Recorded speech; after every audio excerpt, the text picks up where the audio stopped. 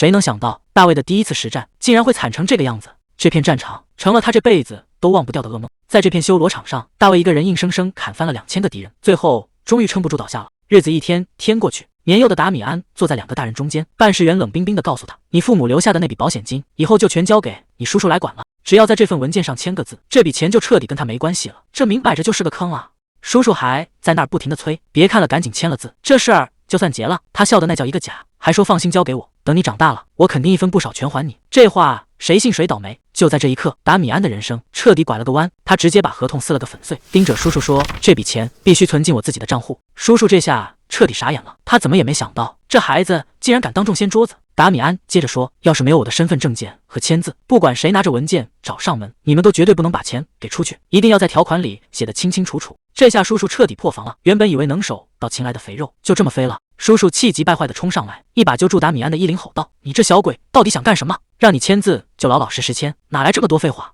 看着眼前这个气疯了的男人，达米安反而笑了，他等的就是这一刻。叔叔还在那儿喷脏话，结果达米安根本不惯着他，直接一拳抡了过去。这一拳力气可不小，叔叔整个人直接飞了出去。达米安冷冷地看着他：“叔叔，你还真是一点没变，跟我记得的一模一样。”这下场面彻底反转了。旁边的办事员哪见过这阵仗，吓得手忙脚乱地翻文件，赶紧改口说：“没问题，那个特殊条款我们马上就加。”达米安看着眼前的这一切，以前他才17岁，面对这些烂事根本无能为力，但现在谁也别想再从他手里抢走1分钱，因为谁也想不到他竟然是从未来重生回来的。既然重活一回，那这辈子的剧本就要由他自己来写。深夜的峡谷里，冷风嗖嗖，大卫一个人拄长枪，脚下全是血，看样子是刚经历了一场恶战。大卫咬着牙骂了一句：“真倒霉！”大卫现在满脑子都是后悔，当初就说这个计划太乱来了，根本没人听。就凭咱们这100来号人，想去硬刚对面2000人的大部队，这不就是送死吗？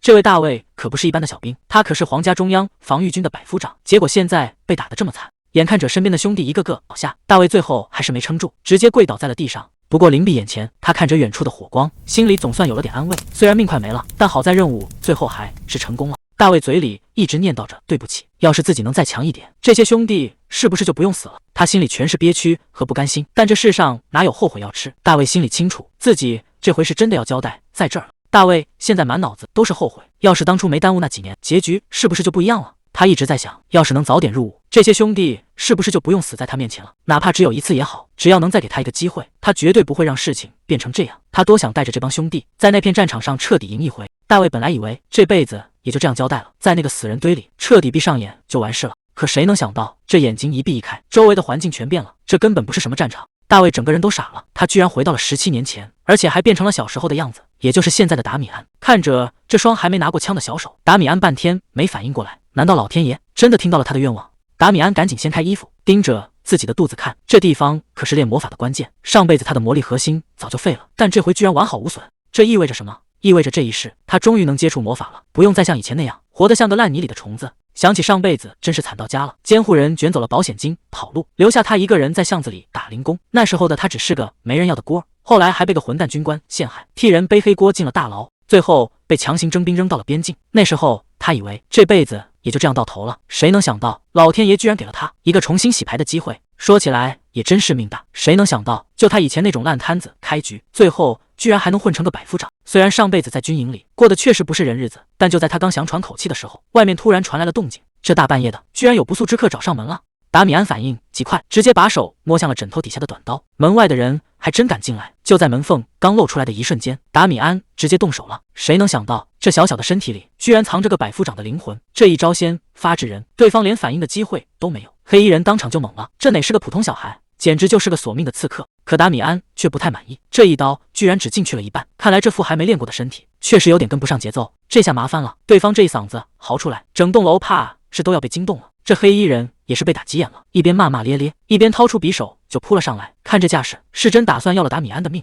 可他哪知道自己面对的是个什么怪物，达米安连躲都没躲，就这么冷冷地看着对方冲过来。就在匕首快要刺中的那一刻，达米安一个侧身，直接钻进了对方的怀里，这反应速度根本不像个小孩子能做出来的。黑衣人还没反应过来怎么回事，达米安反手就是一刀，精准地扎进了他的要害。这一刀下去，局势彻底反转了。达米安冷冷地开口：“是谁派你来的？”地上躺着的这2个显然已经没救了。达米安根本没打算放过谁，他死死揪住一个黑衣人的领子质问：“是帕克派你来的吗？”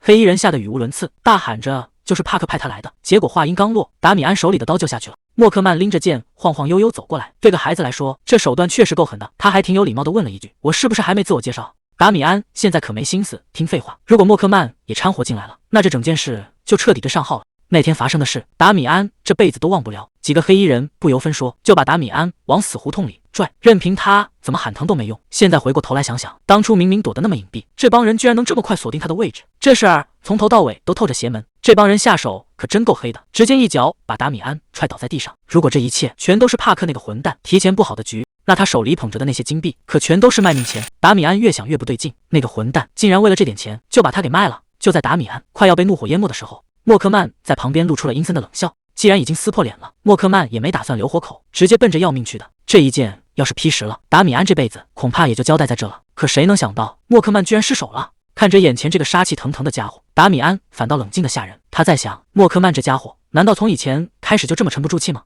别看默克曼攻势这么猛，达米安躲得更绝，每一剑都贴着身子过去，可就是伤不到他分毫。默克曼气得直骂街：“臭小鬼！”其实达米安身上藏着个秘密，这是他在无数次挨和死里逃生中硬生生磨出来的本事。现在只要对方一抬手，不管是眼神往哪瞟，还是脚尖怎么踩，在他眼里全都是预告，甚至连腰部扭动的幅度和肩膀的一点小动作都看得清清楚楚。这下对方在他面前简直就像个透明人。达米安已经看穿了剑刃落下的位置，默克曼气急败坏：“你这只臭老鼠！”达米安只觉得好笑，这家伙居然还有脸骂人。就在默克曼露出破绽的一下子，达米安直接迎了上去，这一刀扎得又准又狠。随着一声惨叫，默克曼的长剑直接脱手掉在了地上。这下看他拿什么在横，剑都掉了，默克曼彻底没了还手之力。他气得直咬牙，骂达米安是个臭小鬼，可骂得再凶也没用，现在只能老老实实跪在地上。看着胸口这把短刀，默克曼到现在都没想明白，明明眼前只是个乳臭未干的孩子，自己怎么就栽在他手里了？达米安可没打算跟他废话，默克曼疼得直哆嗦，心里剩下的全是恐惧。他突然意识到一个最可怕的事实，眼前这个怪物今年才只有13岁啊！达米安居高临下的看着他，问他是不是想知道刚才那一招是怎么被挡下的。其实这事儿真没那么玄乎，达米安淡淡的说：“我就是能看清你的攻击路线，只要你肩膀一动，我就知道你下一步要往哪捅。”默克曼听得整个人都傻了，这种离谱的事儿他这辈子都没听说过。达米安可不管他信不信，手里的短刀又往前送了送，这就是事实。看着对方那副见鬼的表情，达米安冷笑一声：“你觉得我是在跟你闹着玩吗？”这下默克曼彻底没话说了。达米安手上的力道越来越重，既然是个聪明人，就该知道现在该干什么。是帕克派你来的吧？默克曼半天没敢吭声，还在那儿硬扛。达米安可没耐心跟他耗，要是还想下半辈子能走路，说话最好想清楚再说。默克曼哪见过这阵仗，被一个孩子逼到了绝路，在他眼里，达米安根本不是什么小孩，简直就是个怪物。默克曼终于扛不住了，老老实实全招了，说是怕克顾的他，还让他下手别太重，留个活口就行。达米安听完直接打断了他：“行了，知道这些就够了。”默克曼还没反应过来，命就没了。达米安下手那是真快，一点机会都没留。既然都要走了，达米安觉得总得先把垃圾清理干净，这可不是在开玩笑。活了30年，他最明白一个道理：能不结仇就尽量别结仇。可要是有人非要找死，非要站在他的对立面，那结果只有一个：既然动了手，那就要斩草除根，绝对不能给对方翻身的机会。深夜的一处宅邸，屋里的人正算计着时间。黑衣人看了看怀表，觉得事情应该办得差不多了。那个混蛋小子，不管他是自己走进来，还是被抓者拖进来，结果都一样。帕克现在火大得很，全是因为那个臭小子把他原本的计划全打乱了。旁边的黑衣人倒是一脸淡定，让他在那儿老实等着，还特意叮嘱了一句：待会儿给钱的时候，可别因为迟到就扣赏金。就在这时候，门外传来了敲门声，黑衣人低声说了句：人到了。帕克心里已经盘算好了，只要这笔买卖一成交，他一定要让那小子付出惨痛的代价。谁能想到，这门一开，飞进来的不是消息，而是一把要命的飞刀。黑衣人反应倒是挺快，侧身一躲，顺势一脚把门踹开。黑衣人心里已经有了数，看来派出去抓人的那几个蠢货肯定是失手了。就在这时，达米安拎着长枪，大摇大摆地走了进来，那架势根本没把屋里的人放在眼里。黑衣人冷着脸问：你就是达米安？达米安一脸嫌弃地叫出了黑衣人的名字：多尔玛尼。多尔玛尼这下愣住了，这小子怎么会知道自己的名字？达米安指了指后边的帕克，语气里全是嘲讽，原来是给这种货色当差，难怪让你干什么你就干什么。多尔玛尼听完不但没生气，反而还笑出了声。他转头冲着帕克喊了自己改了主意，开口就要3倍的酬金。帕克这下彻底懵了，本来是花钱买命，结果对方这时候坐地起价。多尔玛尼倒是理直气壮，说这次买卖亏大了，这钱必须得加。他指了指达米安手里那把长枪，枪尖上还在往下滴血，意思很明白，眼前这个红发小子就是那个谁都没算到的致命变数。帕克还在那讨价还价，觉得3倍的价格实在是太离谱了。多尔玛尼根本不废话，转身就要走。这下帕克彻底慌了，再看看旁边的达米安，光是站在那就让人觉得后背发凉。帕克吓得当场改口：“行行行，3倍就3倍。要是这人现在撒手不管，他今天肯定活不成了。多尔玛尼这招欲擒故纵，玩的是真溜，生意这不就谈成了吗？”多尔玛尼根本不在乎手下的死活，在他眼里，这不过是一场冷冰冰的生意。达米安可没他那么冷血，看着眼前这帮混蛋，他心里的火已经压不住了。谁能想到他上辈子过得有多惨，像垃圾一样躲在阴暗的后巷，连魔力核心都被人打碎了。既然重活一回，这笔账今天必须算个清楚。达米安冷冷地说：“别问为什么，直接去死吧！”多尔玛尼彻底被激怒了，拔出长剑就冲了上来。但这回达米安可没打算躲。多尔玛尼终于反应过来了，达米安根本不是什么好惹的小混混，这一招直冲下盘，摆明了是要废了他的腿。两边这下彻底打开了，达米安手里的长枪比毒蛇还要刁钻，根本不给对方喘气的机会。多尔玛尼刚想护住脸，结果正中下怀，这虚晃一枪才是真正的杀招。这一下要是扎实了，今天谁也别想输着走出去。多尔玛尼这下是真急了，盯着达米安的大腿，手里的剑唰的一下就刺了过去。谁知道达米安反应更快，一个侧身就躲开了这致命一击。多尔玛尼还不死心，觉得这只是个幌子，真正的杀招还在后头。结果呢，他这一剑直接刺了个空，整个人都懵了。还没等他反应过来，达米安已经绕到了他的侧后方。达米安开口了：“你右手那把剑才是真正的攻击吧？”话音刚落，他手里的长枪直接横扫过去，这下多尔玛尼彻底飞了出去。达米安早就看穿了一切，多尔玛尼还不服气，嘴里骂骂咧咧地，非要冲上来拼命。结果呢，狠话还没说完，整个人就直接栽到了地上，这下是真爬不起来了。达米安冷冷地看着他，这家伙虽然比一般混混强点，但在他眼里也就是个上不了台面的打手。战斗刚结束，帕克跪在地上，连话都说不利索了。他想求饶，但达米安根本没打算听，这一步步逼近的声音简直就是催命符。帕克吓得魂都没了，拼命喊着让他别过来。随着一声惨叫，这边的麻烦总算是彻底清干净了。事情办完，达米安第一时间就换了个地方，毕竟还有更重要的事等着他。对方把账单递了过来，一共6块白金币，外加650金币，这可不是一笔小数目。达米安接过单子，忙活了这么久，这笔保险金总算是到手了。钱拿到了，这桩买卖总算告一段落。办事员客客气气地送他，顺嘴问了一句：“接下来打算去哪？”毕竟刚才送他来的马车已经走了。达米安没犹豫，直接说要去参军。这话一出，办事员整个人都愣住了。达米安心里比谁都清楚，战友们都在那儿，只有军营才是他这种人该待的地方。谁能想到5年之后，这世道就要全变了。到时候不管你愿不愿意，所有年轻人都得被抓去当兵，那是一场谁都躲不掉的战争。真到了那个时候，普通人根本没得选，只能去前线送死。达米安很清楚这些，因为在上辈子他错过了最好的修炼时机，直到25岁才入伍，那会儿已经太晚了。所以这一次他决定提前行动，现在这个年纪才是入场的最好时机。他已经给自己定好了路，先去京城的传送魔力研究所把基础打扎实，再去第3训练营申请入伍。这回他可不打算再被这乱世牵着鼻子走，既然重来一次，他要做那个定规矩的人。一转眼1个星期过去了，达米安已经站在了训练营的大门口，这一枪扫过去，动静可真不小，旁边围观的人都看傻了。这小子看着还没成年，哪来这么狠的招数？达米安看了看自己的手，这副身体还是太嫩了，稍微练练就见了红，得找个绷带缠一下。比起上辈子那双满是老茧的手，现在的他确实还得从头再来。就在这时候，雷蒙德教官走了过来，问他是不是来参军的。达米安应了一声。雷蒙德教官盯着达米安，刚才那一手枪法确实惊艳，他忍不住打听这招式是从哪儿学来的。达米安面上没说话，心里却在犯嘀咕，难道被认出来了？这可是大名鼎鼎的王国第1枪法，虽然名字听着有点土，但这套枪法在军中流传最广，是每个士兵入伍后的必修课，也是最实用的杀人技。达米安随口编了个理由，说是过世的老爹教的。雷蒙德教官一听这话，赶紧道歉说自己不该多嘴。达米安顺杆往上爬，说老爹以前在军中服役，自己这次来就是为了继承他的医治。这话直接戳到了雷蒙德教官的心窝子里，他当场就想给这小子打满分，恨不得立马把他招进队伍。雷蒙德教官意识到自己有点失态，赶紧咳嗽2声，掩饰尴尬，正了正神色问他：“你叫什么名字？”达米安握紧长枪，平静地报出了自己的名字。雷蒙德教官拍了拍达米安的肩膀，说：“既然你有这份心，那就祝你一切顺利。”达米安客气地回了一句，看着对方走远。等周围没人的时候，达米安摊开手掌，一团紫色的光芒开始汇聚。就是这种感觉，虽然手上的伤口还在疼，但这股力量骗不了人。他等这一刻实在太久了，重活一世，他终于也能操控魔力了。达米安感受着手心里跳动的能量，他现在用的这套修炼法，可是15年后才会被创造出来的，公认最强也是门槛最高的法门。当初他的魔力一直被死死压制，为了抓住最后一根稻草，他只能没日没夜地死记硬背。旁边的士兵当时还觉得奇怪，队长你反正也用不了魔力，干嘛非要死磕这套法门？谁能想到这些曾经被当成废纸的记忆，现在成了他翻盘的最大底牌。只要能搞定接下来的测试，这局就算彻底稳了。走在营地的路上，他突然想起个事，那个后来被称为怪物的家伙，当初不就是在这第3分队混出来的吗？真想看看这时候的他到底是什么样。没过多久，达米安就已经站到了训练场门。第一关比想象中要直接，要把30多公斤的石头举过头顶，这一下就能刷掉不少光有热情的菜鸟。达米安倒是没费什么劲，轻轻松松就拿到了合格，毕竟已经练成了第1阶段的魔力，这种纯体力的活儿对他来说就是热身。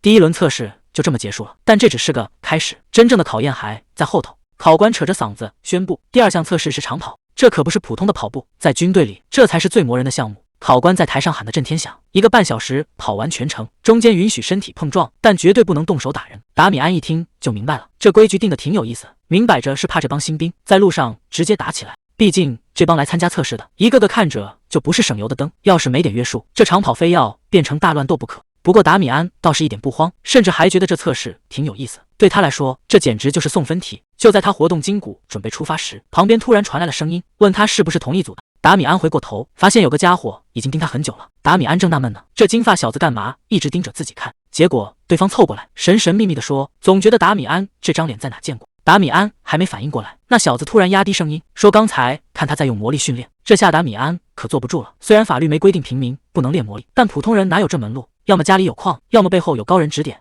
达米安越看这小子越眼熟，心里咯噔一下，难不成真是那位？他试探着问了一句，你叫什么名字？金发小子笑得挺灿烂，说他叫阿德尔。听到这个名字，达米安整个人都傻了，原来这家伙也是从这儿起步的。在达米安的前世里，阿德尔30岁就当上了将军，还被封了伯爵，那可是传说中的活传奇。谁能想到，眼前这个笑嘻嘻的金发小子，以后竟然是平民出身里最成功的男人，还是那种万人敬仰的大英雄。阿德尔倒是挺自来熟，说周围没个同龄人挺无聊的，咱们待会儿一起加油吧。达米安也没端着，既然未来的大佬主动示好，那肯定的接住这根橄榄枝。两人这手一握，就算是正式组队了。毕竟在接下来的混战里，多个朋友总比多个敌人强。就在这时，考官在前面扯着嗓子大喊，所有人准备。随着一声令下，这帮新兵担子像疯了一样，唰的一下全冲了出去。达米安看着这阵仗，心里直犯嘀咕，这帮人是吃错药了吗？一上来就玩命跑，结果还没跑出多远，前面的路就被堵得死死的，这哪是跑步啊，这简直就是大型肉搏现场。达米安盯着前面那堵人墙，这就是传说中的叹息之墙吧？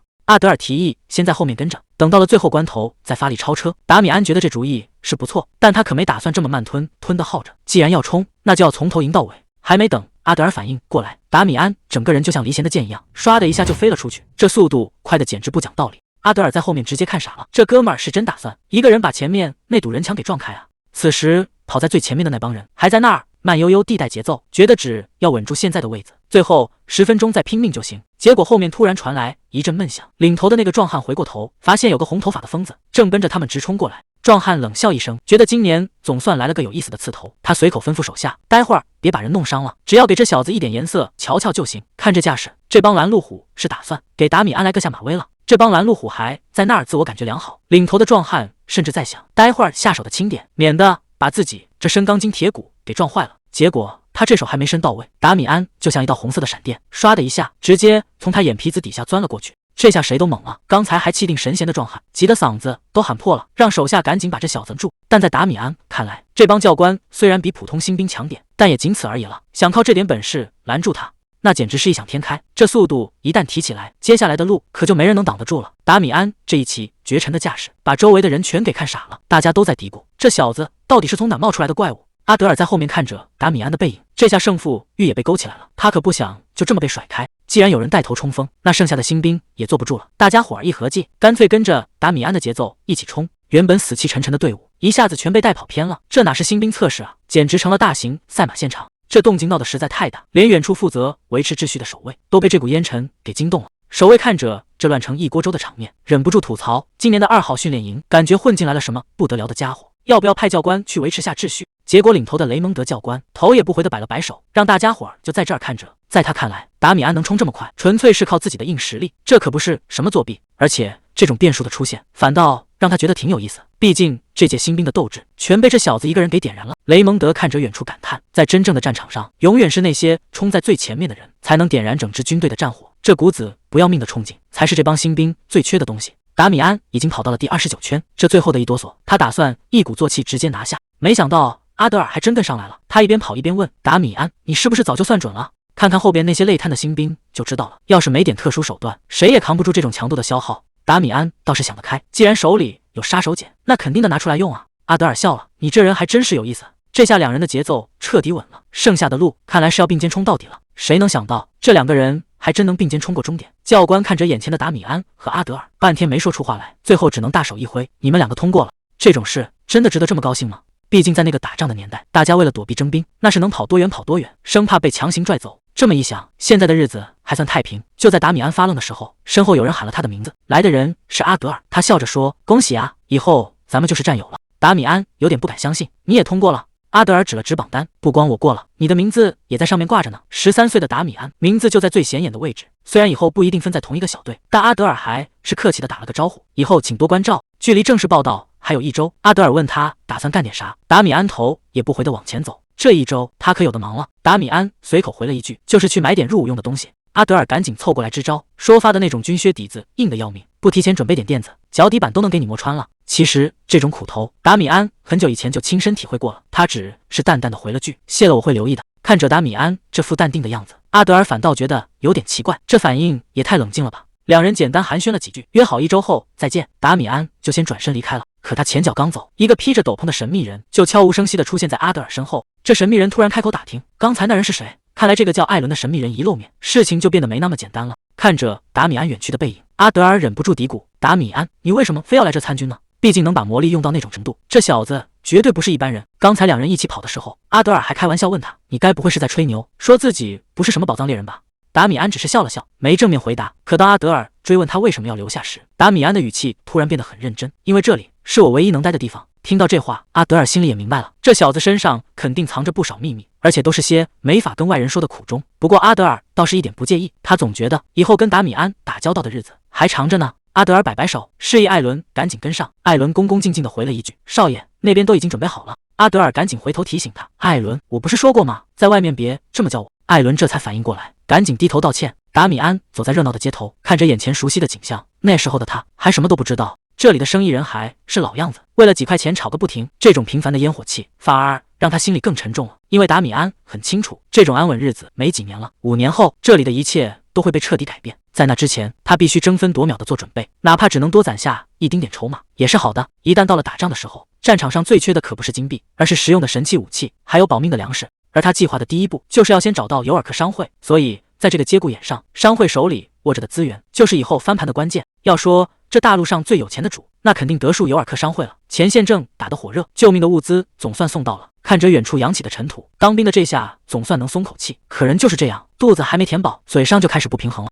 有人在那嘀咕说咱们在前面拼命，这帮商人却在后头数钱数到手软。达米安听不下去了，直接把话挑明：要是没人家卖的武器和粮食，大伙儿现在连站着的力气都没有。被这么一对，刚才还抱怨的士兵立马没声了。毕竟谁心里都清楚，这年头能一直坚持做慈善的商会确实没几个。达米安没再多废话，招呼大家赶紧去领吃的。看着忙碌的营地，他心里比谁都明白，这尤尔克商会可不只是送粮食这么简单。士兵凑到达米安跟前：“队长，前面那个穿白袍的，估计就是尤尔克商会的头。”达米安顺着指引看过去，那个白袍人，士兵点点头，就是他。看那副自以为是的样，真让人不爽。达米安已经回到了城里，他正琢磨着接下来的计划。如果这帮人打仗前就开始做慈善，那范围就小多了。首都这40多家商会里，能有这财力的，满打满算也就7家。既然要找，就要从这几家最大的查，看看谁才是那个真正的幕后大佬。达米安跑了一整天，这已经是最后一家了，能不能成，全看这一哆嗦。他推开门试探着问：“请问有人在吗？”一个男人迎了出来，问他大老远跑来干什么。达米安稳住心神，说自己听说商会在做慈善，所以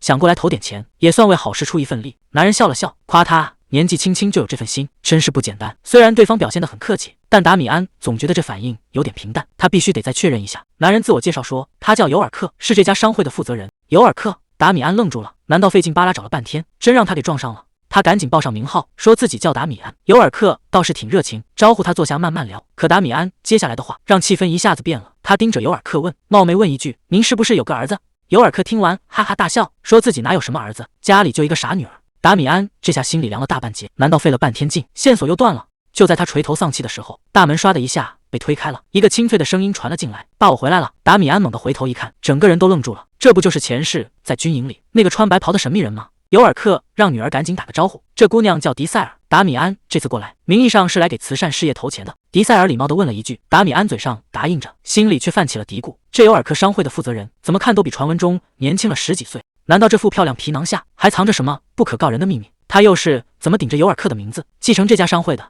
迪塞尔想打听一下投资额度，好安排资金去向，结果达米安一开口就是300金币，还说这只是个开始。这下把屋里2个人都吓傻了，这手笔也太大了，他到底是真有钱，还是另有所图？尤尔克虽然被这笔巨款砸晕了，但他心里清楚，这世上可没有白吃的午餐。他试探着问达米安，既然是投资，那到底想要什么回报？达米安倒也干脆，直接摊牌说要拿公司的股份，还要参与以后的分红，这胃口可真是一点都不小。尤尔克越听越觉得不对劲，一个年纪轻轻的小伙子哪来这么多钱搞这种大动作？他忍不住打听起这笔钱的来路。达米安早就想好了说辞，说是想把父母留下的遗产拿出来做点正经事。这话一出，尤尔克也不好再多问什么了。既然话都说到这份上了，尤尔克只能先答应下来，说要开个正式会议讨论股份的事，等有了结果再给答复。等达米安一走，尤尔克站在门口半天没动弹，连女儿迪塞尔都看出来，他爹这心里恐怕还在打鼓呢。谁能想到这孩子才13岁，可看他那副样子，绝对不是什么普通角色。尤尔克甚至动了歪心思，要是这小子再大个5岁，跟你还真是绝配。迪塞尔这下急了，让他赶紧闭嘴。尤尔克却越说越起劲，难道你喜欢年纪更小的？玩笑归玩笑，正事可一点没耽误。没过多久，就到了正式入职的日子。达米安站在门口，今天才是真正的开始。上辈子没活明白，这回他要亲手换个活法。达米安这回是铁了心了，他不仅要活下去，还要把整个帝国握在手里。按照分配，他推开了3连1排的大门，扫了一圈，屋里全是生面孔，看来想找个伴儿的愿望是落空了。还没等他把行李放下，身后就传来一声招呼，带头的男人叫布莱恩，是这一排的排长。结果这排长上来就没给好脸色，直接宣布要搜查所有人的行李。布莱恩这下是动真格的了，他笑着警告大家，谁要是敢私藏烟酒，后果绝对让他终生难忘。这下屋里的人全慌了，有人赶紧坦白，说是习惯性带了点烟，还有人小声嘀咕，被卖酒的老板给坑惨了。达米安在旁边看着，只觉得这帮人太蠢，要么就干脆别买，买了还藏不住，这不就是明摆着送人头吗？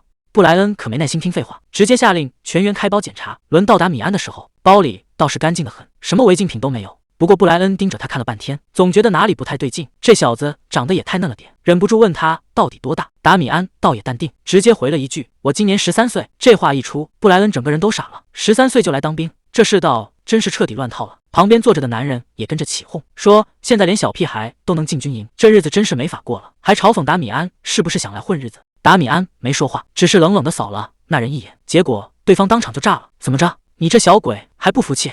达米安根本不想在这种人身上浪费时间，不过这张脸他算是记住了，等以后有机会一定要让他知道，惹到真正的狠角色到底是什么后果。就在这时，那个刚才还嚣张的男人突然打了个冷战，布莱恩可没打算放过他，让他把包里的东西全倒出来。看着布莱恩那副笑里藏刀的样子，男人这下彻底怂了，一边喊着不敢了，一边手忙脚乱的往外掏东西。布莱恩当众立下了规矩，要是谁敢在他眼皮子底下藏私货，那就别怪他不客气，到时候全排的人都得跟着去操场跑上一整晚。看着布莱恩这雷厉风行的手段，达米安在旁边暗自点头。这排长虽然凶了点，但带兵确实有一套。检查完行李，布莱恩这下要办正事了。他打算选个临时队长，好在他不在的时候管管这帮人。他从兜里掏出一张纸，听说这批新兵里出了个成绩特别拔尖的学霸。布莱恩扯着嗓子喊了一句：“谁是达米安？”他下意识看像刚才那个刺头，毕竟当队长光有本事不行，人品也得过关。结果这一问，布莱恩才发现自己认错人了。那真正的达米安到底是谁？就在这时，他终于注意到了角落里那个红发少年。这下全屋人的目光都集中到了这个13岁的小鬼身上。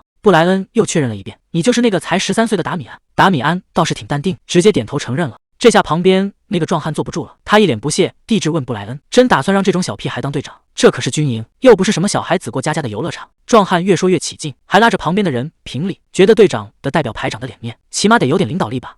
他指着达米安的鼻子叫嚣：“要是让这种小鬼当了头，咱们排的纪律那不全都乱套了？”达米安本来觉得当队长挺麻烦，根本没打算接这苦差事，可这壮汉非要一直在这儿跳脚，那可就怪不得他了。达米安嘴角微微一扬，既然你非要找不痛快，那我就陪你玩玩。他直接回对了一句：“说实话，我干的肯定比你这种只会长肌肉的笨蛋强多了。”壮汉一听这话，整个人都快气炸了，刚想发作，布莱恩却突然叫出了他的名字：“凯尔是吧？既然你这么有意见，那这队长就先由你来当。”布莱恩这下直接把凯尔给镇住了，他冷冷的警告：“要是再敢侮辱战友，下次可就没这么好说话了。”凯尔这下彻底老实了，赶紧点头答应。不过他心里还是不服气，转头就给布莱恩出了个主意：既然要当队长，那就要靠实力说话。他提议亲自下场，帮达米安活动活动筋骨。布莱恩倒是没反对，他也想看看这个13岁的天才到底有几斤几两。达米安更是一脸淡定，直接应下了这门差事，还顺嘴损了一句：“只要把这个肌肉脑袋解决掉，就算完事了吧。”这话一出，凯尔差点没当场气炸了，这下有好戏看了。布莱恩环视了一圈，问其他新兵有没有异议。大家伙儿看热闹不嫌事大，齐刷刷的喊没意见。既然大家都想看，布莱恩也不废话，直接带队往训练场走。凯尔这会儿心里正美呢，他觉得这回总算能名正言顺地教训一下这个不知天高地厚的小鬼。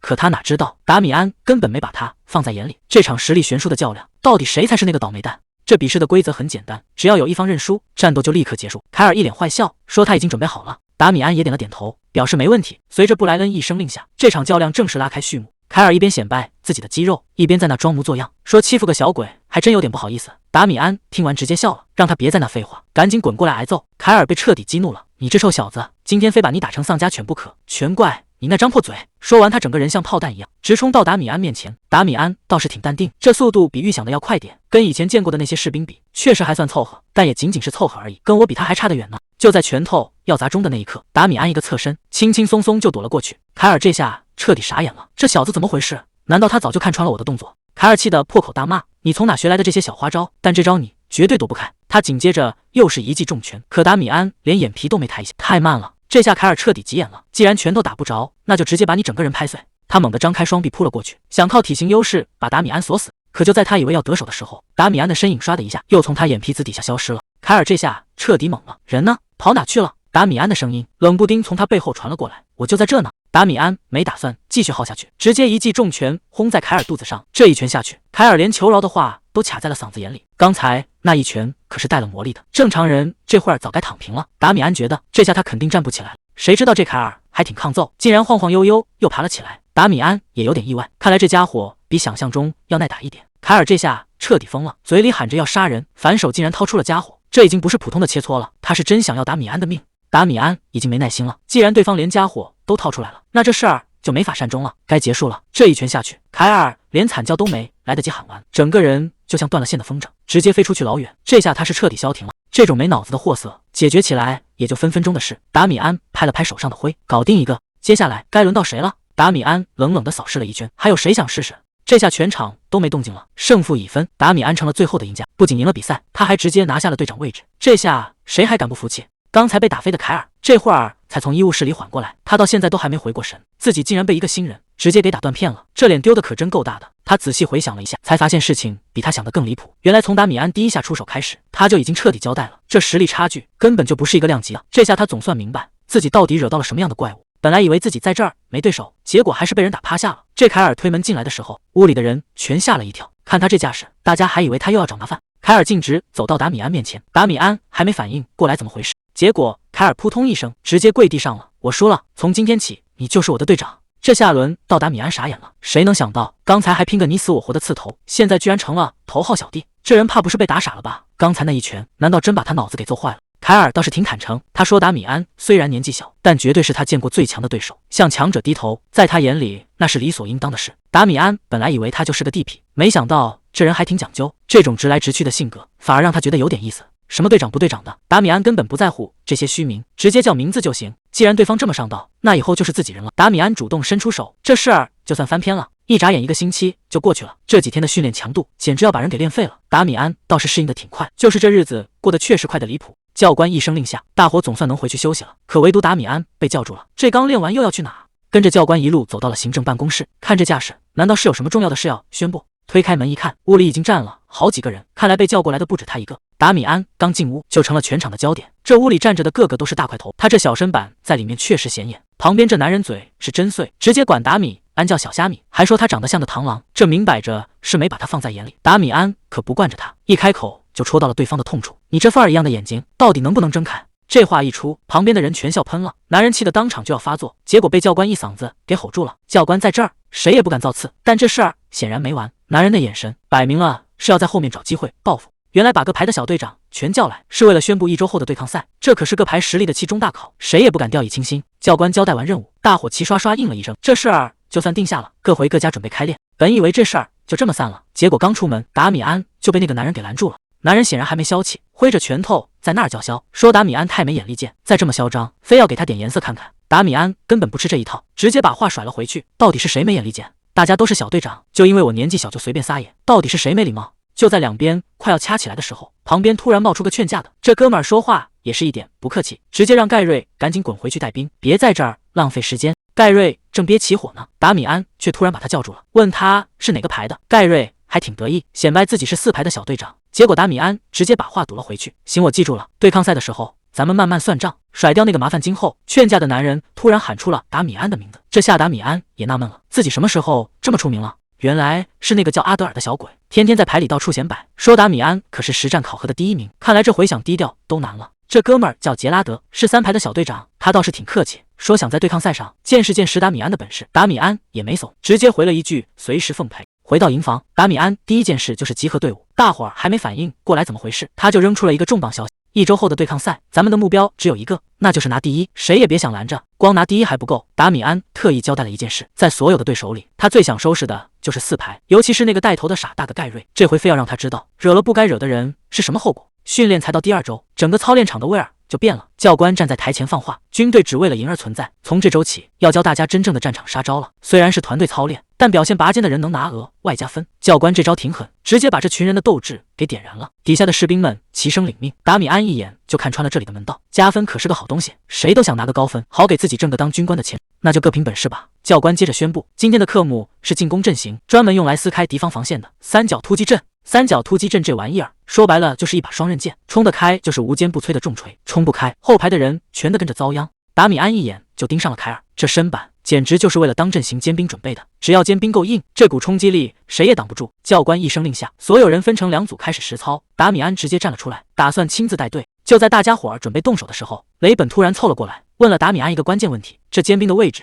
他以前真的练过吗？达米安这小子深藏不露，原来他老爹以前就是从军的，这可是实打实的家传本事。他一眼就看穿了对手的套路，觉得对方肯定会死磕教官教的那一套，于是赶紧把队友聚在一块儿，悄悄商量起反击的对策。这下大家伙儿全来劲了，都想看看这招到底灵不灵。达米安开始现场排兵布阵，让力气大的顶在自己后头，个子矮的拿盾守住2翼，这阵仗摆的确实有模有样。他特意叮嘱大家把盾举高，一定要把要害全遮严实了。队友们齐声应和，气势一下子就上来了。对面的凯尔冷笑一声，他根本没放在眼里，觉得只要冲劲够大，什么防线都能一撞就烂。达米安大喊着让大家千万别减速，这硬碰硬的较量马上就要见分晓了。教官一声令下，对抗正式拉开了序幕。两边人马举着盾牌齐刷刷往前压，这阵仗看着还挺像那么回事。达米安躲在盾牌后面观察，心里暗暗点头，这帮新人第一次配合能走得这么齐，确实有点东西。眼看对方已经冲到了跟前，达米安突然扯开嗓子大喊，让大家伙儿赶紧提速。2股力量眼看就要撞在一起了，这要是撞实了，肯定的倒下一大片。达米安这下不打算藏着掖着了，之前练体能的时候他一直没动用魔力，现在既然要动真格的，那就要让这帮人见识见识什么叫真正的实力。既然要玩大的，达米安这回是一点没留手，直接把魔力全开了，这股劲头硬生生把对方的冲锋给截住了。两边这下算是彻底杠上了。达米安一边发力一边指挥，让大家盯着对面的空隙钻，这就是他之前交代的战术，只要不直接冲着人去，对方心里肯定会犯嘀咕，这一犹豫，阵型立马就乱了套。对面的人还在互相指望，谁都想让别人上去堵枪眼，结果谁也没动弹。达米安等的就是这一刻，只要露出破绽，这仗就赢了一半了。他看准时机，大吼一声，就是现在，真正的反击总算开始了。这一招果然奏效了，对面的人马瞬间乱成一团，连站都站不稳了。这帮人哪见过这种阵仗，一个个全懵了，根本不知道发生了什么。凯尔这下急了，看着手下这副样子，大喊着让他们赶紧爬起来。眼看指望不上别人，他决定自己硬顶上去，想靠蛮力把局势扳回来。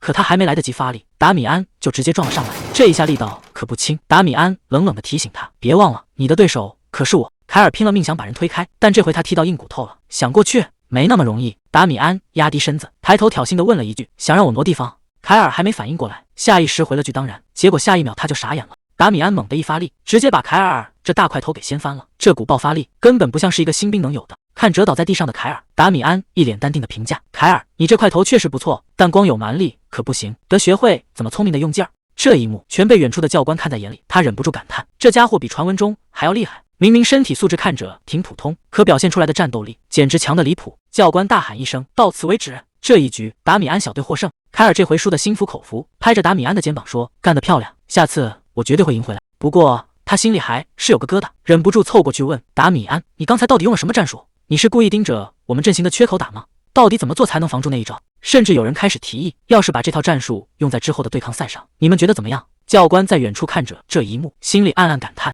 以前这帮家伙只要训练强度一上来就想溜号，现在居然聚在一起复盘，甚至开始主动加练了。这种改变全是因为达米安的出现，看来接下来的日子越来越有意思了。达米安看着大家这股劲头，心里总算踏实了点，照这个进度练下去，下周的对抗赛基本稳了。可还没等他高兴太久，旁边就传来了刺耳的议论声，有人在背后指指点点，说达米安不过是个乳臭未干的小鬼，居然也能当上小队长。这帮人越说越过分，甚至开始嘲笑跟着达米安训练的那些人全都是没脑子的蠢货。这话一出，达米安还没怎么样，他手底下的兄弟先听不下去了，直接过去拦住对方质问：“你刚才管谁叫小鬼呢？”结果对方不但没收敛，反而笑得更狂了，觉得这种水平的小队简直就是个笑话。带头的盖瑞更是嚣张，觉得达米安根本就是个不知道自己几斤几两的白痴。看来这还没到正式比赛，火药味就已经压不住了。又是这家伙！达米安看着盖瑞那副嘴脸，心里已经有数了。看来真是记吃不记打，非要讨顿揍才舒服。这种低级的挑衅，达米安根本没打算接招，他直接招呼兄弟们准备回营房休息。跟这种货色浪费时间，实在没必要。可树欲静而风不止，对方看达米安要走，反而闹得更凶了。这帮人一边骂一边比划，叫嚣着要在接下来的团战里把达米安小队彻底踩在脚下。凯尔凑过来问达米安：“这就是你之前提过的第4排吧？”达米安随口应了一声，这下算是彻底把火给点燃了。凯尔这回是真的气炸了，咬牙切齿的放狠话，非要在赛场上把他们踩扁不可。达米安手底下的兄弟们这回全被激出了血性，休息也不要了，一个个喊着要让第4排的人好看。看着大家这股风劲，达米安反而笑了，本来还担心大家训练没动力，这下好了，这帮陪练送的真是时候。就在训练场闹得热火朝天时，在营地的另一头，有人已经盯上这边了。第3训练营的指挥官马鲁斯正坐在办公室里翻看新兵名单，他随口问了一句：“这批新人里有没有什么好苗子？”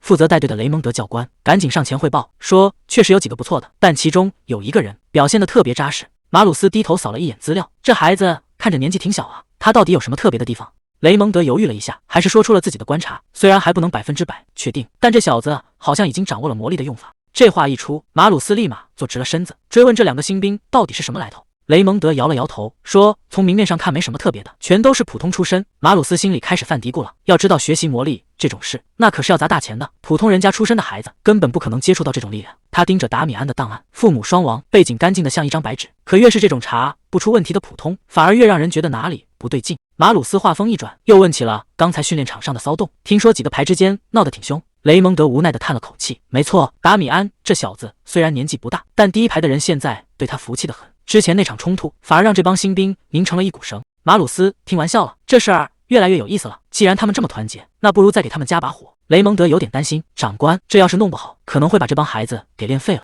马鲁斯根本不在乎，如果连这点压力都扛不住，那他们也没什么培养价值了。他直接拍板，把第1排和第4排的训练强度全部给我提到最高，我倒要看看这帮人到底能撑到什么时候。这道命令一出，训练营的天怕是要变了。马鲁斯这葫芦里到底卖的是什么药？宿舍里这帮人全炸锅了，都在纳闷怎么突然加练了。听说就他们和4连被针对了，连爬行训练都给安排上了，就因为之前那点小摩擦，至于这么整人吗？凯尔赶紧问达米安，这事儿合不合理？达米安倒是挺淡定，嘴里念叨着爬行训练，我太清楚他们想干什么了。达米安回了一句，不管愿不愿意，咱们还能怎么办？他直接站了起来，冲着这帮人喊了一嗓子，你们这帮小鬼是来玩的吗？这一嗓子把大家都喊懵了。达米安直接把话挑明了，这爬行训练确实要命，但只要熬过去，你们就能把别人甩在身后，在这儿抱怨根本没用。看他这副认真的样子，旁边这帮人也只能认命了。达米安还安慰大家，第1次练肯定辛苦，我会带着你们一起撑过去。有个胆小的还抱有幻想，问是不是真要去那片乱石的练。达米安反问一句，你以为教官会给你铺地毯吗？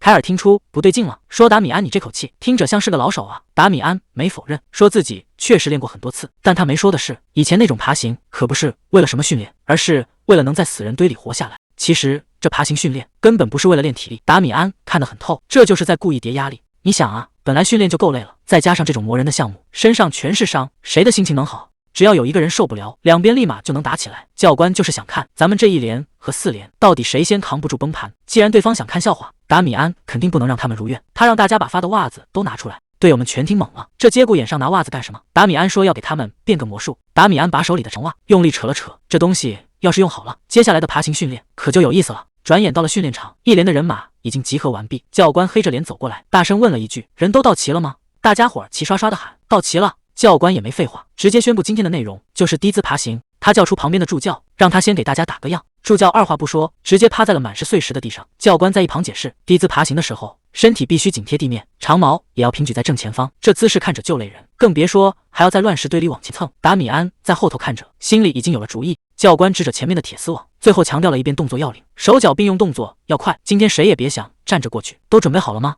？1连的新兵们扯着嗓子大喊：“准备好了！”教官看着这群人的精气神，心里还算满意，起码比隔壁4连那帮怂包强多了。既然火候到了，教官也不再废话，直接下令让第1小队出发。随着他一声令下，训练正式开始了。这帮新兵像疯了一样，一头扎进乱石堆里，拼了命地往前蹭，谁都不想在这儿丢人。教官在旁边看着，心里却在犯嘀咕。按理说，这种高强度训练起码得等到第4周才开始，可上头非要让第2周就练。连长到底在打什么算盘？这碎石的爬起来有多疼，教官心里最清楚。按理说，这帮新兵现在早该疼得没力气，速度也该慢下来了。可结果呢？教官整个人都看傻了。这帮家伙不但没减速，反而像打了鸡血一样，在乱石堆里横冲直撞。这乃像是第1次训练的新兵，简直就是一群不要命的疯子。这速度快得离谱，完全不符合常理啊！就在教官怀疑人生的时候，助教走到了他跟前，淡定地问了一句：“教官，第2小队什么时候出发？”教官这才猛地回过神来，结结巴巴地指着前方，赶紧下令让第2队跟上。看来达米安那个袜子等数效果比所有人预想的都要惊人。这帮新兵简直疯了，一个个跟饿狼下山似的。教官在旁边看得整个人都傻了，这哪是训练啊，这简直是在玩命。教官活了这么久，头一回见到第1天训练就能把低姿爬行完成这样的，这帮人的速度已经完全超出了他的认知。达米安倒是挺淡定，在那儿挠着头，好像这事儿跟他没多大关系。可周围的战友们早就把他当成救命恩人了，大家伙儿围上来，一个个兴奋的不行。原本以为这乱石堆非要蹭掉一层皮不可，结果因为达米安的主意，现在连装疼的机会都没有。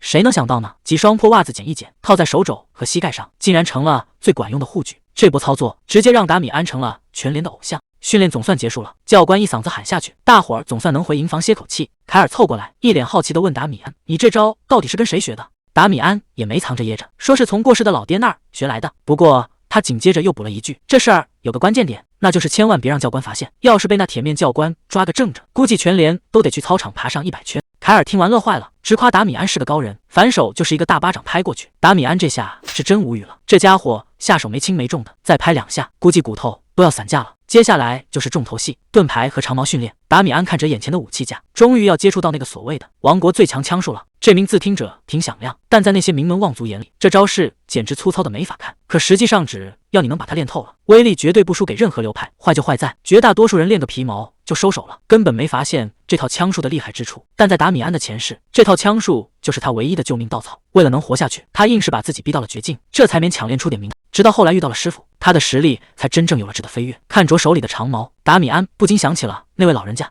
不知道这辈子还有没有机会再见一面。这帮新兵刚结束训练，一个个累得跟狗一样，嘴里不停地抱怨，这大冷天的全副武装站岗，到底是哪个天才想出来的训练？达米安正跟着队伍往回走，旁边的凯尔发现4排的人好像也刚收工，但这气氛明显不对劲。盖瑞突然扯着嗓子大吼，问大家是不是都还活着，还嫌弃大伙儿哼哼唧唧的没出息。这话一出来，达米安和身边的战友都愣住了，这火药味儿也太冲了。盖瑞的队友显然不服气，直接顶了回去，问他刚才在那儿胡说八道什么呢？他觉得这家伙不过是当了个小队长，就开始在这儿摆老资格装大蒜，真把自己当成这儿的主人了。达米安的队友也在小声嘀咕，要不是因为达米安之前带大家弄了那些护具，估计现在也因为伤痛爆发冲突了。达米安这边的队友们正围在一起，有说有笑，直夸达米安弄的那些护具简直是救了大家的命。可这话落在旁边4排的人耳朵里，那可就太刺耳了。大家明明都遭了一样的罪，凭什么达米安他们能这么轻松？他认定这帮人肯定是耍了阴招，甚至觉得是因为达米安才害得教官加重了训练量。这梁子算是彻底结下了。盖瑞死死攥着拳头，心里已经盘算好了，等过几天的排级对抗赛，一定要把达米安这帮人彻底踩在脚底下。面对这种充满敌意的目光，达米安倒是一点反应都没有，根本没把这些挑衅放在心上。日子一天天过去，转眼就到了排级对抗赛正式开打的日子。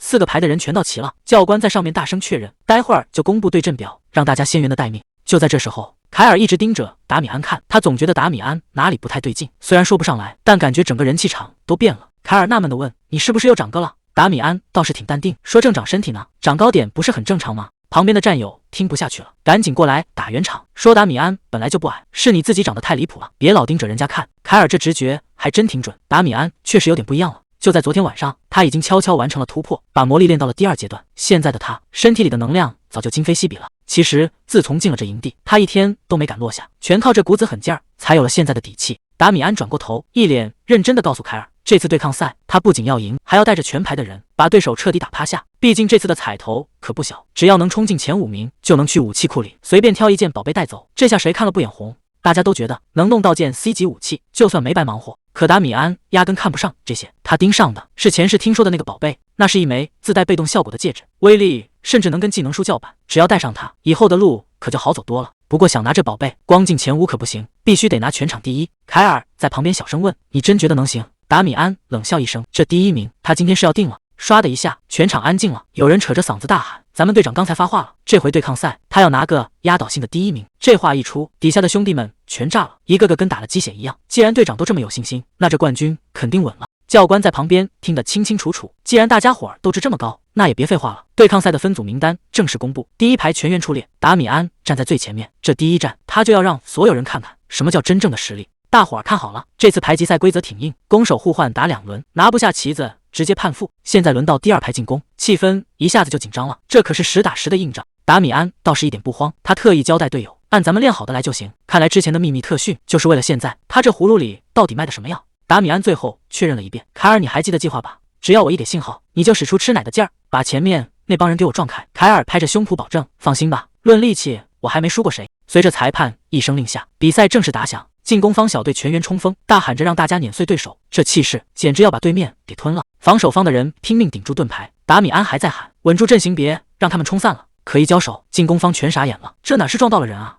简直就像撞上了一堵石墙，根本顶不动。教官在场边看得直摇头，这防线稳得像座大山，按这局势打下去，进攻方迟早得被耗死在阵地前。可就在这时候，场上的风向唰的一下全变了，达米安的人突然开始发力，这股劲头大的离谱，防守方的人还没反应过来，就被顶得连连后退，连盾牌都要拿不稳了。对面领头的这下彻底急眼了，扯着嗓子在那儿疯了一样大喊，让大家死命顶住。他怎么也想不通，明明自己这边才是进攻方，怎么反倒被人家推着走？这脸可丢大发了。凯尔这回是真玩命了，他大吼一声：“这次老子要动真格的！”这一撞，对面整排人直接飞了出去。凯尔趁热打铁，招呼队友赶紧往他这儿靠。这下防守方气势全上来了，直接一鼓作气往前推。进攻方这下彻底怀疑人生了，明明大家平时练的都一样，凭什么这帮人的配合能默契到这种地步？达米安一眼就瞄到了对面的破绽，机会来了！他带头大喊：“一排全体冲锋！”这一冲，对面原本还算稳固的防线直接被撕开了一个大口子。场边的教官们全看傻了，忍不住问布莱恩：“你是不是给这帮新兵开小灶了？”布莱恩自己也是一脸懵，这帮人平时也就练练基础，现在的战斗力简直能跟那帮精锐老兵叫板了。而这一切的功劳全都归到一个人头上。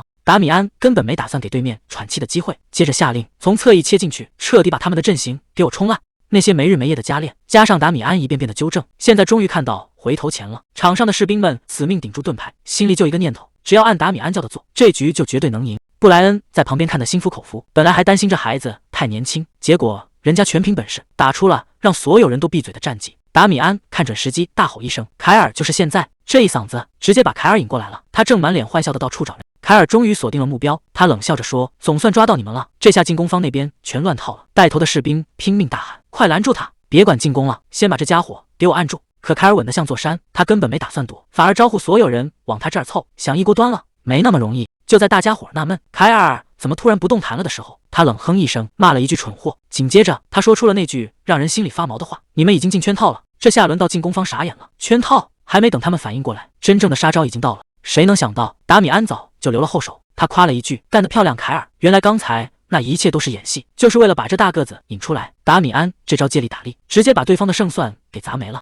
这下大块头彻底没戏了，整个人被死死按在地上，连翻身的机会都没有。就在这时候，哨声响了，教官大声宣布时间到。因为进攻方没能按时突破，这局达米安他们赢了。达米安一把扯起红旗，大声宣布胜利。刚才还不可一世的大块头，现在只能老老实实当背景板了。教官赶紧让大家原地休息，准备下一轮的攻守互换。这表现确实没话说，连见惯了大场面的长官都忍不住夸了两句。在教官看来，这次比赛基本就是第一和第三小队的个人秀了，其他人估计只有陪跑的份。可偏偏有人不信这个邪，冷不丁回了一句：“那可不一定。”这话直接把大家的胃口给吊起来了。顺着他指的方向看过去，场上的气氛完全变了。这下麻烦大了，第四小队原本还想着怎么对付第一小队，结果第一轮碰上第三小队就直接被打懵了。谁能想到这防线脆得跟纸糊的一样，一下子就被对面给捅穿了。要是这局再输掉，那可就彻底没戏了。盖瑞急得直跳脚，在那儿大吼大叫：“你们到底在干什么？不是说好按计划行事吗？都给我动起来！”可底下的士兵根本不买账，直接顶了回去。你有本事自己上啊，只会躲在后面指挥，算什么队长？这仗打成这样，人心全散了，一点配合都没有。这下是真的悬了。杰拉德有点拿不定主意，他想让大家先撤回来，换个法子再试。结果阿德尔想都没想，直接把这提议给否了。只要死死咬住对面的迟钝兵，这帮人迟早得崩盘。杰拉德最后还是听了他的，可心里却泛起了嘀咕：一个13岁的孩子，看局势竟然能这么准。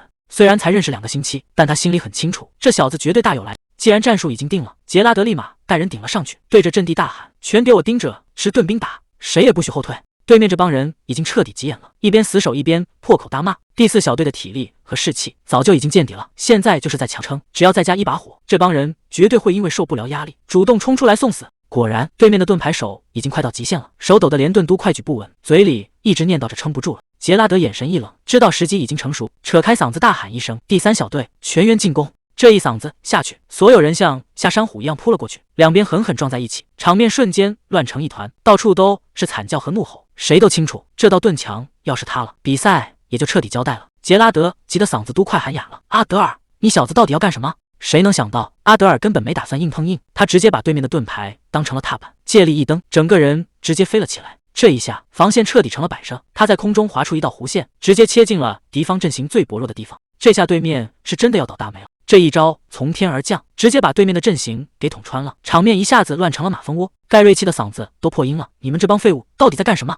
照这么打下去，咱们拿什么去赢第1小队？”可不管他怎么吼，败局已经没办法挽回了。达米安就这么静静的看着，在他眼里，这场闹剧已经到头了，结束了。随着裁判一声令下，全场都听到了那个结果，比赛结束，第3小队获胜。阿德尔这下算是彻底出名了，这小子确实有点东西，绝对是个难缠的硬茬子。看来绕了一大圈，最后的对手还是第3小队，这才是真正的硬仗。达米安已经等不及了，决赛见吧，阿德尔！休息时间结束，教官一声令下，所有小队立刻在操场集合。凯尔凑到达米安身边，这次是对阵第4小队吧？达米安应了一声。凯尔接着分析，这是他们最后的机会了，肯定想从我们身上拿分。凯尔活动了一下肩膀，那就有意思了，我要把那个乱说话的混蛋彻底废了。达米安却没打算让位，那个人我已经预定了，凯尔，你只要负责给我清出一条路就行。看着对面乱成一团的对手，达米安很清楚，他们已经精疲力竭，配合也全乱了，但这并不代表他会手下留情。达米安冷笑一声，我可没打算放水，既然要打，就要打得他们再也爬不起来。队友们早就等不及了，纷纷叫嚣着要让对方付出代价。达米安死死盯着前方，准备速战速决。随着一声令下，这场毫无悬念的单方面碾压正式开始了。第4小队已经摆好了阵仗，看来是打算死守到底了。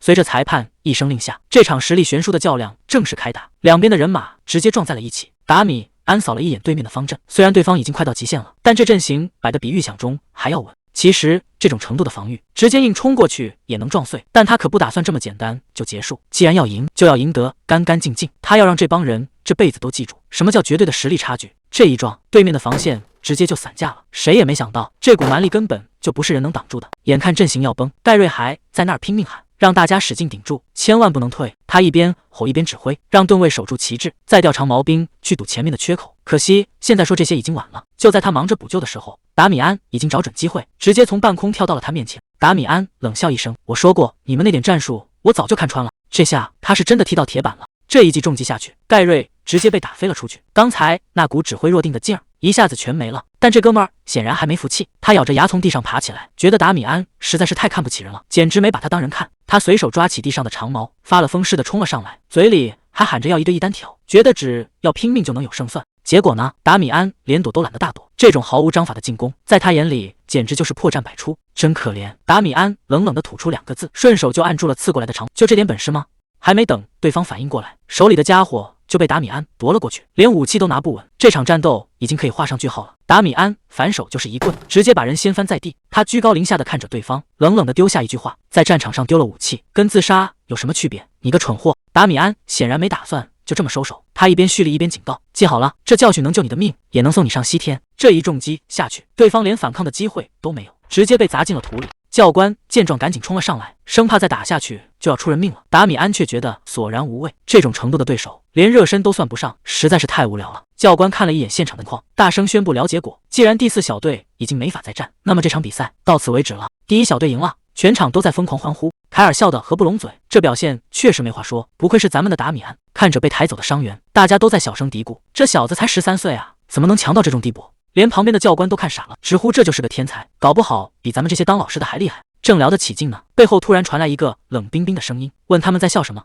莱昂哈特教官直接现身了，这气场一下子就把全场给镇住了。刚才还嘻嘻哈哈的教官们，现在动都不敢动，赶紧站直了行礼。莱昂哈特盯着远处，问布莱恩：你刚才提到的那个小鬼，就是他吗？布莱恩赶紧点头哈腰，没错，那就是达米安。看着被众人抛向空中庆祝的达米安，莱昂哈特嘴角微微上扬，有意思，这次的新人里居然出了个怪物。消息传得飞快，宿舍里的人都炸锅了，都在讨论外面到底发生了什么。有人急急忙忙跑进来报信，说训练营里来了一位大人物，是第3师团的传奇教官。难怪刚才那些教官一个个都跟见了鬼一样，动都不敢动。达米安听得一头雾水，随口问了一句：“那人叫什么名字？”对方挠了挠头，努力回想着，好像是叫什么莱昂哈特。听到这个名字，达米安整个人都愣住了，嘴里不停地重复着莱昂哈特。队友刚把名字确认完，达米安二话不说，起身就往外冲，把屋里的人都给整懵了。他现在脑子里只有一个念头，必须得亲眼确认一下，如果真的是那个男人，那一切就都不一样了。刚跑到走廊拐角，迎面就撞上了正主莱昂哈特，也停下了脚步，显然他也认出了这个刚出风头的小鬼。布莱恩正打算上前打个招呼，结果达米安反应比谁都快，直接一个标准的军礼，这态度转变的确实够快。莱昂哈特打量着眼前的少年，语气里带着一丝玩味：“你就是那个达米安？”莱昂哈特看着眼前的少年，感叹这训练营和第3师团的渊源实在是太久远了，久到他以为大家都已经忘了。好久不见，达米安看着这个男人，往事一下子全涌了上来。对他来说，莱昂哈特可不只是个教官，而是那个改变了他一生的人，那是他最敬重的师傅。莱昂哈特一眼就看出了门道，这小子的魔力修炼方法相当不错，刚才那套枪法也耍得有模有样。他直接开门见山地问：“等训练结束了，你想好去哪个部队了吗？”达米安没有犹豫：“我打算加入新卡利兹部队。”这话一出，莱昂哈特和布莱恩都傻了：“你是认真的吗？”要知道那地方可是出了名的鬼门关，30多年来，他们一直守在怪物横行的森林最前线，那里的伤亡率高得吓人，是整个领地最危险、最玩命的地方。莱昂哈特实在想不通，别人都想去王室当个行政兵图安稳，你为什么非要往火坑里跳？达米安的理由很简单，因为在那里我才能变得更强。莱昂哈特教官也是惜才，直接抛出了橄榄枝。他说只要达米安愿意，自己可以写推荐信送他去骑士团。布莱恩听得眼珠子都要掉出来了，那地方可是专门给贵族准备的，普通人想都不敢想。可达米安却想都没想就拒绝了。他说自己早就拿定了主意，去那个最危险的地方是为了找一个必须要见的人。既然话都说到这份上了，莱昂哈特也没再多劝，直接打发他先回去休息。布莱恩在后头急得直跳脚，觉得这小子简直是疯了，那可是多少人求不来的大好前程啊！莱昂哈特却看得很透，他提醒布莱恩，别看这孩子年纪小，他心里比谁都清楚自己在干什么。一个才13岁的少年，竟然有这种胆识和来历，这让莱昂哈特觉得越来越有意思了。他交代布莱恩别去干涉达米安，反正人还在他的地盘上，迟早还会再碰面的。转眼到了第2天，第1排和第3排的对决正式拉开序幕。谁都知道这第3排是个硬骨头，昨天的比赛大家也都看在眼里。可达米安却一点不虚，他当众放话：现在的训练营里根本没人能赢得了咱们。这话一出，队友们的士气一下子就上来了。达米安没打算浪费时间，只想速战速决，像往常一样把对手彻底击溃。随着裁判宣布比赛开始，第3排率先发难，直接压了过来。达米安反应极快，立刻指挥全员收缩阵型。对面这套打法跟昨天对付第4排时如出一辙，看起来确实有点东西。比赛刚开始，气氛就紧绷到了极点。第3排的杰拉德显然早有预谋，他特意叮嘱阿德尔，这回能不能赢全看他的了。随着一声令下，两边人马狠狠撞在了一起，这一下撞得可不轻，谁都不肯后退半步。达米安在后方大声指挥，想带人把对方强行顶回去，可对面的杰拉德却冷笑一声，觉得达米安还是昨天的老一套，根本没什么新花样。就在两边僵持不下的时候，对方突然变阵了。阿德尔的一声令下，原本严丝合缝的盾阵竟然主动向两边裂开了。这下谁都懵了，在战场上主动露出破绽，这跟自杀有什么区别？达米安也完全没看懂这帮人到底在打什么算盘，难道这阵型后面还藏着什么杀手锏？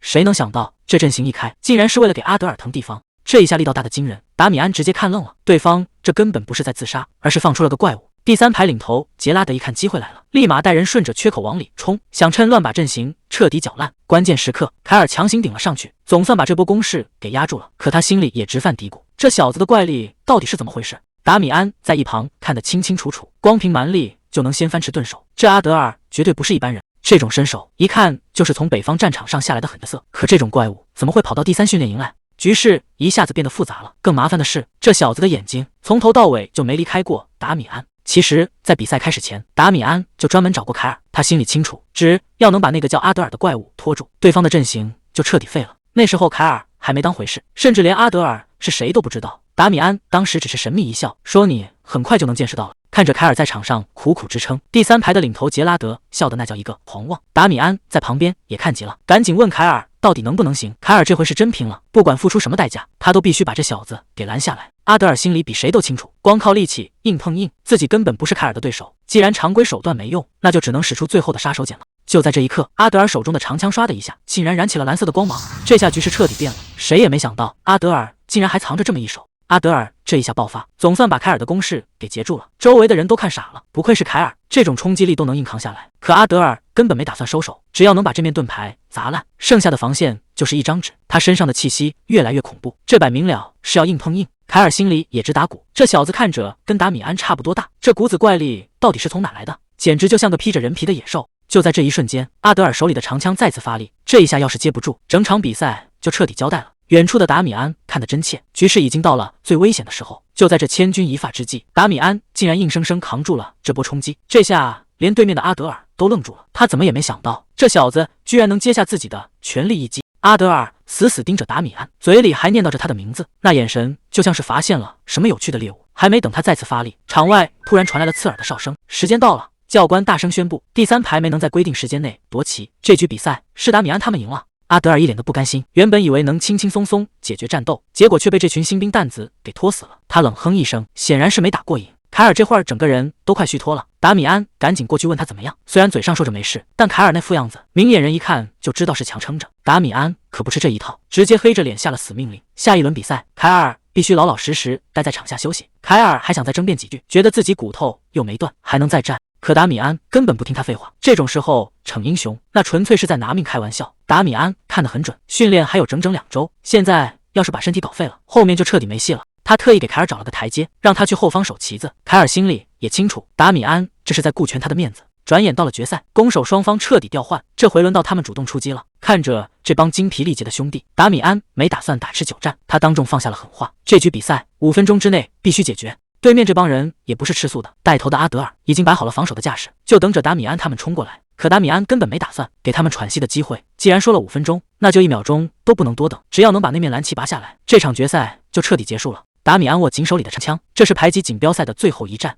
作为队长，该展示的实力都已经展示过了，但现在他要做的是让教官们彻底记住达米安这个名字。只要能打败对面的第3排，尤其是解决掉那个阿德尔，这届最强新人的位置就稳了。阿德尔正死守在蓝旗前面，看样子是打算死磕到底。不过他现在的体力已经快到极限了，既然躲不开，那就只能正面硬刚了。这一仗谁都别想退缩。决赛终于打响了，第1排对阵第3排，这可是最后的冠军争夺战。达米安带头冲锋，一上来就打算直接梭哈，根本没想过要留后手，这速度快得离谱，而且阵型一点都没乱，对面的人全看傻了。杰拉德赶紧指挥防守，让大家把盾牌举高，重点盯防带头的达米安。但在达米安眼里，这些防守根本没用，他已经准备好一招破局了。这一枪下去，什么盾阵都得碎。对面这下真的踢到铁板了。达米安这一枪扫过去，对面的防线瞬间就塌了一半。这根本不是在打架，简直就是单方面的收割。达米安大吼一声：“该死！”他现在的气势已经完全把对手给镇住了。对面的人这下全慌了。杰拉德拼命指挥：“快拦住他们，绝对不能让他们靠近旗帜。”现在所有人的目标都是达米安，只要能把他拽倒，第1排的冲锋自然就停了。可达米安哪有那么容易对付？就在包围圈缩小的这一刻，他突然一个矮身，手里的长枪贴着地面甩了出去。这一招横扫千军，直接把围上来的人全给放倒了。惨叫声瞬间响成一片，这下看谁还能拦得住他。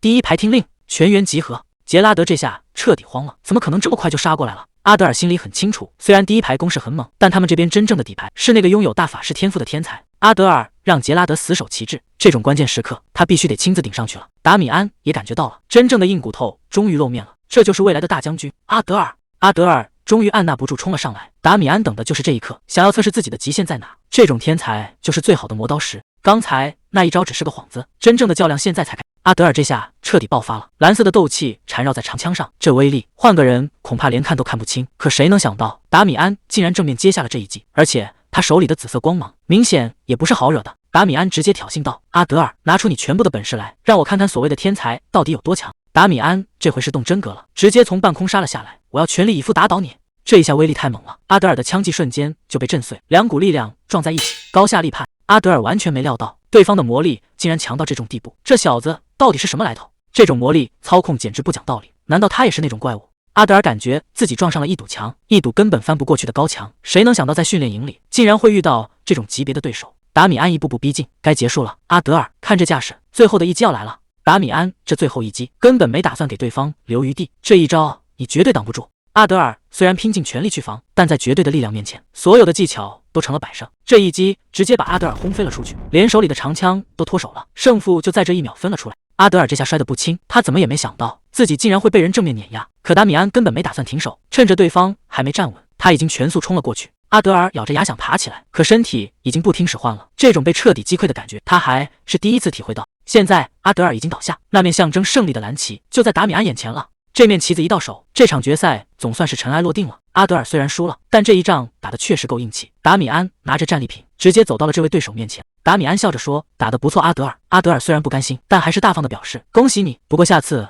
我绝对不会输。”达米安倒是挺会做人，下次咱们干脆一对吧，再赢你一次我可没把握。阿德尔没好气的回了一句：“少在那儿抬举我了。”谁能想到他真的正面击败了那个天才阿德尔？虽然对方以后肯定会变得更恐怖，但至少在这一刻，胜利是属于达米安和他的伙伴们的。这一仗打完，第一小队总算是稳坐头打交椅了。接下来的2周训练，估计也没人敢再偷懒。莱昂、哈克在旁边看着，难得露出了微笑。既然赢了，就先让他们好好享受一下这来之不易的胜利吧。瞧瞧达米安这帮人，这笑声是真的一点都藏不住。这帮人简直不敢相信自己的眼睛，训练营里居然能吃上牛排。看来赢了排级比赛，这待遇确实是天差地别。达米安看着这群饿狼，刚才还累得半死，现在一看到肉，个个都跟打了鸡血一样。不过达米安这会儿有点遗憾，他那位师傅已经先走一步了，本来还想多聊2句，结果连个道别的机会都没有。就在这时候，教官雷蒙德突然走了过来，他坐到达米安旁边问他，昨天的比赛打完，对莱昂、哈特教官的提议有没有改变主意？达米安连想都没想，直接给拒绝了。雷蒙德笑了笑，说这可是个大好机会。接着话锋一转，问达米安知不知道一件事，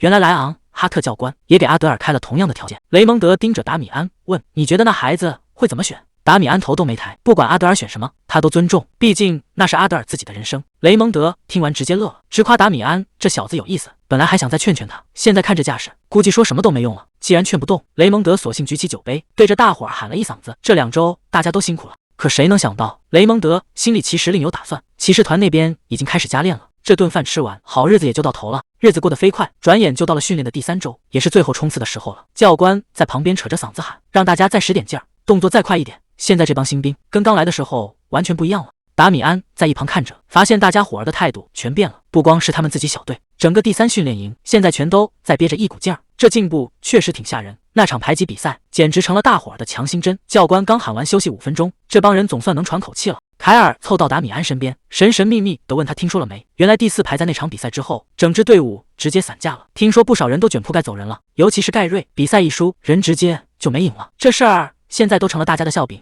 达米安倒是没心思笑话别人，他提醒凯尔，光看热闹可没用，虽然咱们赢了比赛，团队分是拿到了，但想选个好去处，还得看个人的表现，毕竟谁不想进王宫呢？那地方可不是光靠运气就能进得去的。对于普通士兵来说，能进王宫行政团，那简直就是祖坟冒青烟了。可这竞争压力大得吓人，160个新兵里，只有30个人有资格申请，最后能留下的也就10来个。凯尔突然反应过来，一把就住达米安的领子，问他是不是也想去行政团。毕竟以达米安现在的成绩，那绝对是稳操胜券。达米安却摇了摇头，说自己压根没打算去王宫。这下把凯尔给整不会了，这么好的机会居然要放弃。达米安反问他，难道你真的想去当行政官，整天被关在王宫里，连大门都出不去？凯尔被问得愣住了，虽然听起来是有点憋屈，但那可是最好的去处，怎么着也得试试吧。达米安直接让他趁早死心，就他这种性格，坐办公室估计撑不过1个月，比起对着那些公文，他明显更适合在外面摸爬滚打。凯尔这下更好奇了，既然不去王宫，那这尊大佛到底想去哪？达米安一开口，全场瞬间安静了。他要去新卡利兹部队，那地方可不是人待的。凯尔刚想让达米安疯了，结果直接挨了一记闷雷，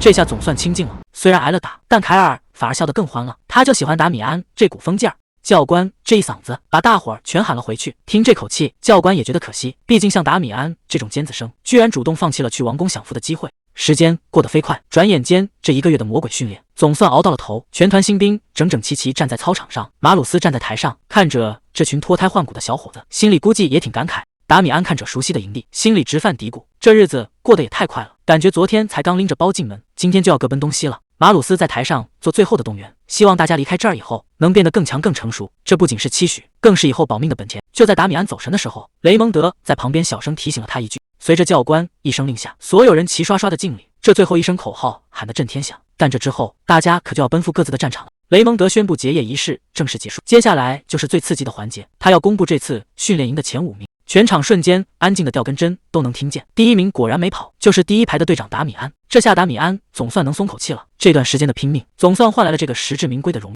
紧接着，阿德尔还有另外3个尖子生也都被点到了名字。雷蒙德直接把这5个人带走了，说是要给他们发奖励，能去军械库随便挑一件武器和铠甲。这待遇简直让旁边的战友们羡慕疯了，谁知道那里面藏着什么宝贝？雷蒙德指着军械库的大门，里面的宝贝每人只能挑一件，规矩很简单，按排名顺序一个一个进。作为第一名的达米安，自然是第一个吃螃蟹的人。这一刻他已经等了太久，推开这扇门，他的计划总算要开始了。本以为里面会堆得乱七八糟，没想到这军械库比想象中要整齐得多。路过药水架的时候，达米安还顺手拿起一瓶瞅了瞅，本来还指望能撞大运，翻出点什么隐藏的稀世珍宝，结果看了一圈，全是些普通货色。既然没啥意外惊喜，那就没必要在这儿浪费时间了。他加快了脚步，直奔那个早就看准的目标。从进门那一刻起，那东西就像长了钩子一样。找到了，就是这玩意儿。达米安手里这枚戒指可不是什么地摊货，只要往里灌点魔力，那威力简直不敢想。可惜这宝贝一般人根本用不了，毕竟这帮新兵蛋子没几个懂怎么操控魔力。除了那个人，达米安刚一出门，雷蒙德教官就喊了下一个，轮到阿德尔进场了。达米安盯着阿德尔的背影，上辈子这家伙是不是也选了这枚戒指？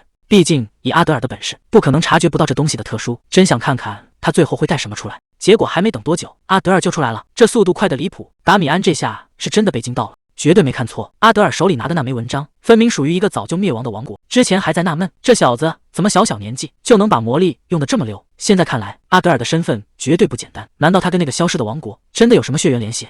既然大家都挑好了，这扇大门一关，就算正式结束了。雷蒙德问阿德尔：“你知道这是什么吗？”阿德尔回答：“我只是觉得他有股神圣力量。”雷蒙德倒是挺懂行，说这东西确实能挡掉不少晦气。旁边的人也没闲着，长枪盾牌全都是名家出品。轮到达米安，雷蒙德却有点看不懂了。你就选这个？这戒指顶多能让身体变轻一点，放着神兵利器不要，偏偏选的辅助道具。达米安还有点怀疑，这小戒指真能减轻体重？雷蒙德让他戴上试试，这一试效果比预想的还要夸张。达米安整个人轻得像要飞起来，随便一个闪身，速度快得让人看不清。雷蒙德在旁边说：“有了这速度，战场上保命就稳了。”达米安这下心里有数了，这绝对是货真价实的 A 级神。既然东西都拿到了，雷蒙德招呼大家赶紧收尾，接下来就该去提交任务申请了。他还特意提醒达米安，别光顾着高兴，赶紧把表填了。达米安坐下来开始填表，这支笔落下去，他的前途可就彻底定死在这一页纸上了。雷蒙德在旁边看着，心里其实挺替他可惜，要是把这小子送去正规骑士团，凭他的天赋绝对能飞得更高。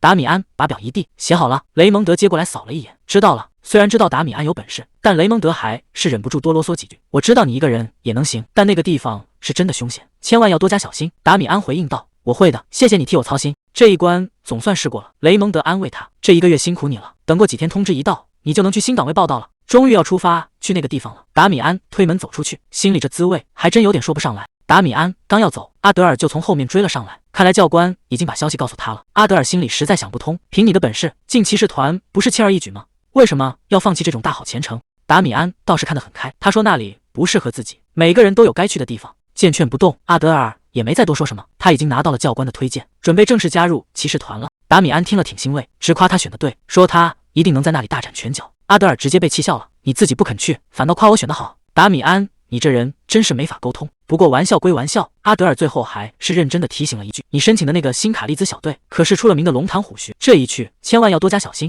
阿德尔伸出手，达米安，咱们以后一定要再见。达米安也没矫情，握住他的手说，肯定会的，谢谢你。看着阿德尔走远的背影，达米安其实比谁都清楚这小子的潜力，未来的巴尔克王国大将军，现在还只是个雏鸟，但只要给他时间成长，这小子绝对会变成一个真正的怪物。达米安倒是挺期待下次见面的时候，他能强到什么地步。感慨完了活还得继续干，达米安打算在走之前把剩下的老朋友都见一遍。刚推开宿舍大门，迎面就撞上了一帮熟面孔，还没等他开口，就有人扯着嗓子喊他的名字。凯尔一上来就给了达米安一个熊抱，还以为你小子要偷偷溜走，连个招呼都不打呢。达米安笑着回了一句，哪能啊，这一走还不知道什么时候能再见。结果凯尔笑得一脸神秘，说咱们见面的日子绝对比你想象中要快得多。达米安听得一头雾水，还没等他反应过来，就被凯尔簇拥着推到了屋子中间。大家伙儿都安静点，咱们队长有话要说，都给我听好了。看着这群朝夕相处的兄弟，达米安最后叮嘱道，这段时间大家都辛苦了，谢谢你们一直跟着我，以后去了新单位也要继续努力啊。屋子里一下子炸开了锅，大家都在喊着达米安的名字，祝他一路顺风。告别了这帮热血兄弟，达米安背起行囊，独自走出了宿舍大门。这一步迈出去，以前的日子就彻底翻篇了，接下来要面对的才是真正的考验。达米安刚走出宿舍没多远，身后就传来了喊声，抬头一看，竟然是个老熟人。迪塞尔笑着打招呼，好久不见了，达米安大人。两人换了个安静的地方说话。迪塞尔开门见山，直接递上了一份详细的报告书，关于您之前的投资，这是目前的资金运作情况，按照当初定好的线，您能拿到纯利润的3%。达米安仔细翻看着手里的账目，这效率确实没得说。资金去向写得清清楚楚。迪塞尔在旁边客气了一句：“要是你有什么不明白的，尽管开口问我。”达米安合上本子，既然都写得这么明白了，我也没什么好问的，就按这上面写的去办吧。待会儿会有人把担保送过来。迪塞尔刚想说去准备正式合同，达米安直接摆了摆手，那玩意儿就不用准备了，只有在出事的时候，合同才派得上用场。我相信你的本事。这话听得迪塞尔愣住了。达米安大人，您还真是个不按常理出牌的人。达米安没接话，直接把一个精致的盒子推了过去，这就是之前答应给你们的投资，你先过目一下。结果这盒子一打开，迪塞尔看了一眼里面的东西，整个人直接僵在了原地。原本说好投300金币，结果这盒子里装的少说也有500往上。达米安倒是很淡定，既然你办事这么有诚意，多出来的就当是给你的回礼了。迪塞尔赶紧说要改合同，却被达米安直接拦住了。合同不合同的根本不重要，他看重的是迪塞尔的态度。毕竟换做别人，看他年纪轻轻，肯定不会像他这样认真对待。正式谈完，迪塞尔顺口问了一句：“训练结束之后，打算去哪支部队服役？”达米安想都没想，直接报出了新卡利兹部队。迪塞尔这下彻底坐不住了，那个地方可不是闹着玩的，难道他是自己主动申请要去那个鬼地方吗？迪塞尔还是不敢相信，堂堂首席新兵，难道是被逼着去那种鬼地方的？达米安却一脸轻松，干嘛这么担心？我要是真死在那了，对那些大人物来说，这故事不是更有看头吗？迪塞尔直接把话堵了回去，这种玩笑一点都不好笑，请您以后别再说了。达米安这才发现，这女人平时看着温温柔柔，关键时刻还挺犀利。既然劝不动，迪塞尔只能问他什么时候动身。就剩3天了，迪塞尔没再多说什么，起身准备告辞。临走前保证会把这笔钱花在刀刃上。看着迪塞尔离开，达米安总算松了口气。不管怎么说，这笔投资算是圆满搞定了。反正3天后就要去那鬼地方拼命了。达米安决定趁现在还有命在，先把这辈子没吃过的好东西全尝一遍。接下来的日子，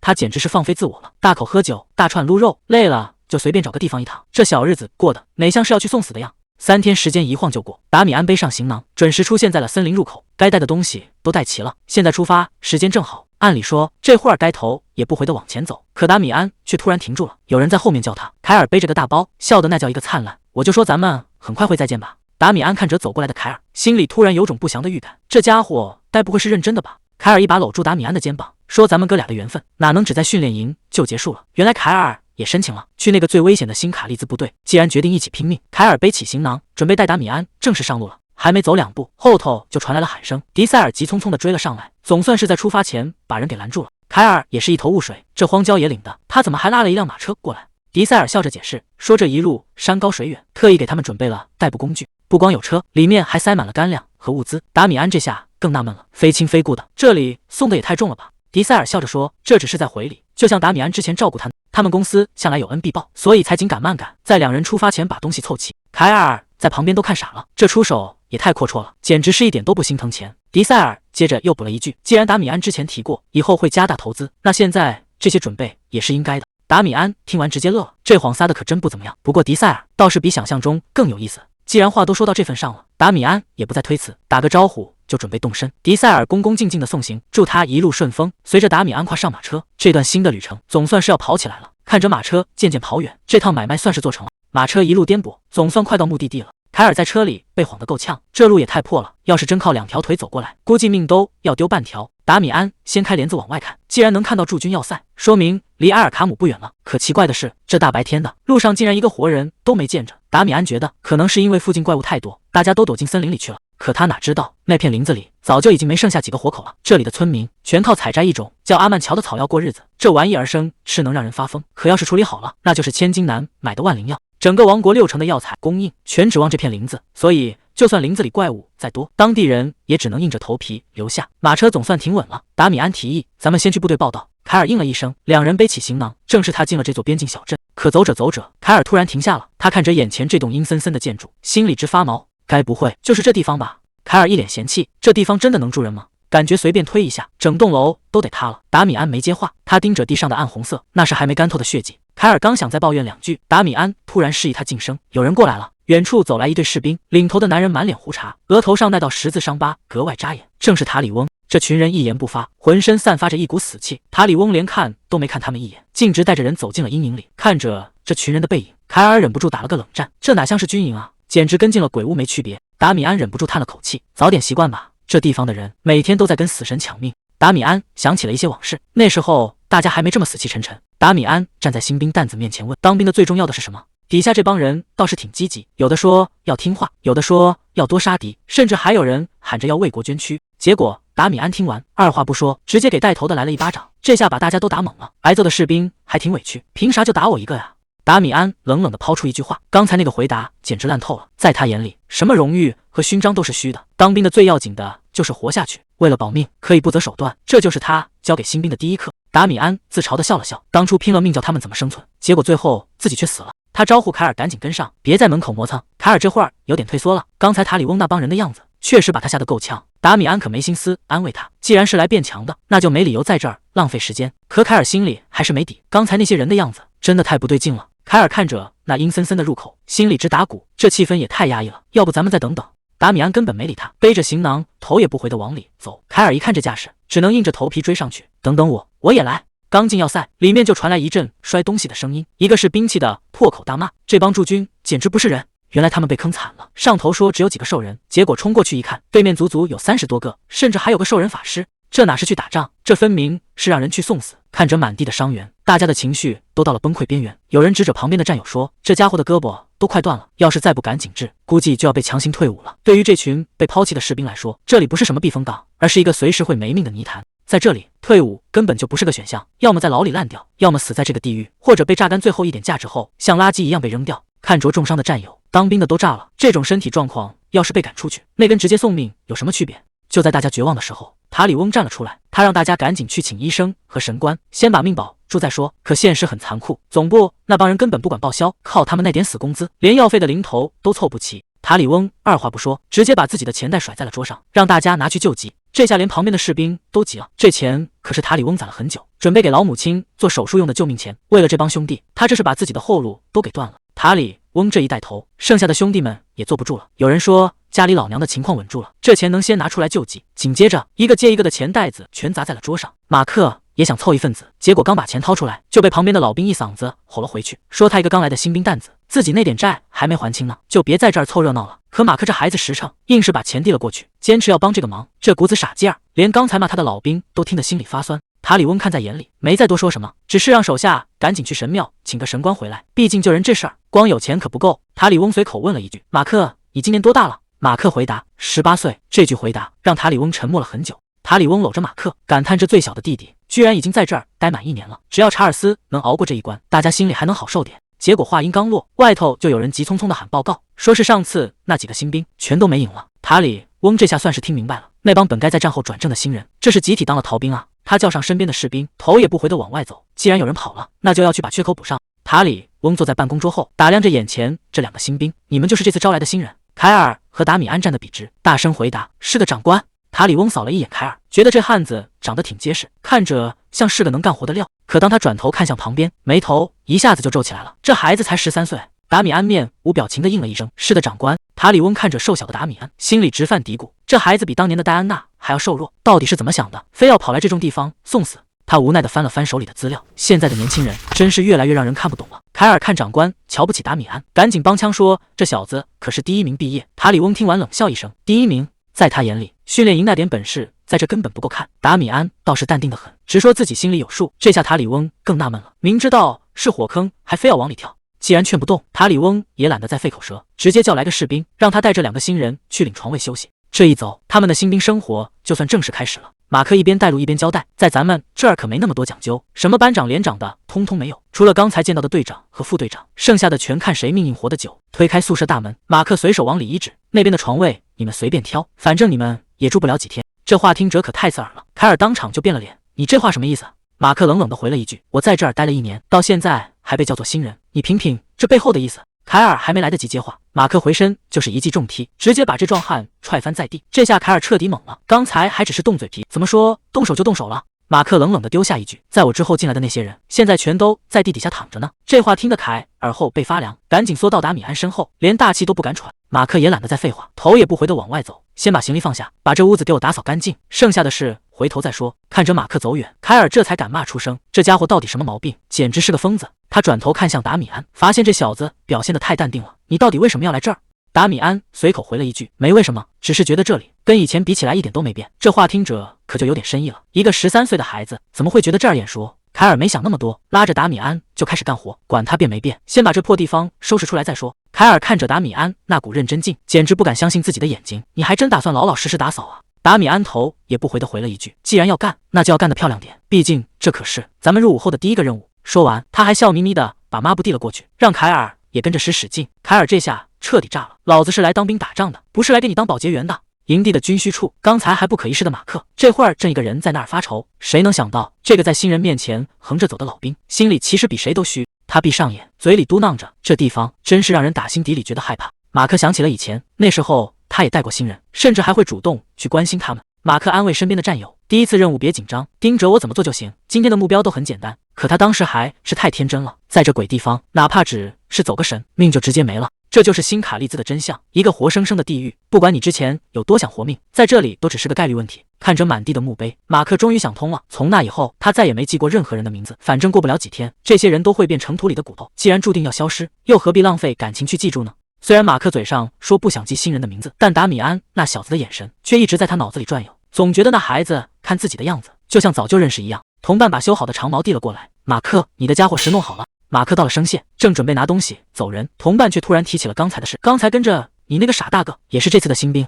马克没接话，同伴自顾自的感叹：“我看他那副不太聪明的样子，还以为是哪儿跑来的愣头青，没想到居然成了你的后辈。”马克什么也没解释，拿上武器转身就走。后辈，在这个随时会丢命的地方，这个词听起来可真够讽刺的。马克一边往回走一边盘算，等这次任务结束，非要好好收拾一下那帮守卫不可。什么动力、自信、自尊心，在绝对的军规面前全是扯淡。可他转念一想，要是真把事情闹大了，自己在部队里的名声估计也臭了。这笔账到底该怎么算，他心里也没个底。马克推开宿舍大门，心里已经做好了最坏的打算。那两个新兵蛋子，该不会连打扫卫生这种小事都能给他搞砸了吧？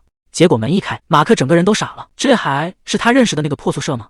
达米安正戴着头巾在那儿忙活，看见马克回来，还乐呵呵的打了个招呼：“长官，您回来了。”马克简直不敢相信，这屋子现在干净的都能反光了，就连路过的老兵都看呆了，忍不住夸了一句：“干得不错呀，你们两个新人真是把这儿翻新了。”老兵还凑过来问：“马克，你到底是怎么调教这帮新人的？”马克这下彻底没话说了，只能尴尬的回了一句：“我其实什么都没干。”马克还没从震惊中缓过来，达米安这小子已经拎着水桶凑了上去。达米安笑着问：“长官，您看还有哪儿没弄干净吗？”